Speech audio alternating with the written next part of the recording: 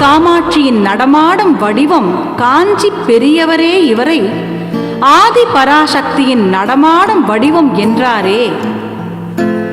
பக்தி பழமாம் வாரியார் சுவாமிகளும் இந்த சக்தி பழத்தின் ருசியறிந்து சென்றாரே.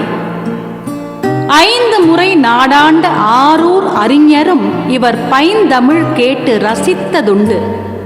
என்னை வாழ வைக்கும் தாய்க்குலமே என்ற பொன்மனச் செம்மலும் பெண்ணை வாழ வைக்கும் இந்த பேராற்றலை வணங்கியதுண்டு.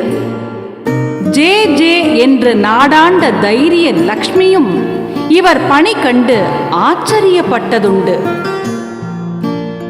சிங்கமாக உலவிய ஒரு குடியரசுத் தலைவரும் இவர் அங்க அசைவில் ஆதி பராசக்தியை கண்டார்.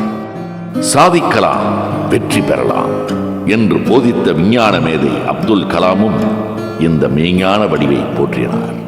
வாணி சரஸ்வதியாய் மருவூரில் கல்வி ஆலயங்களை எழுப்பிய இத்தாயை அத்வானி பெருமகனாரும் கண்குளிர தரிசித்தார்.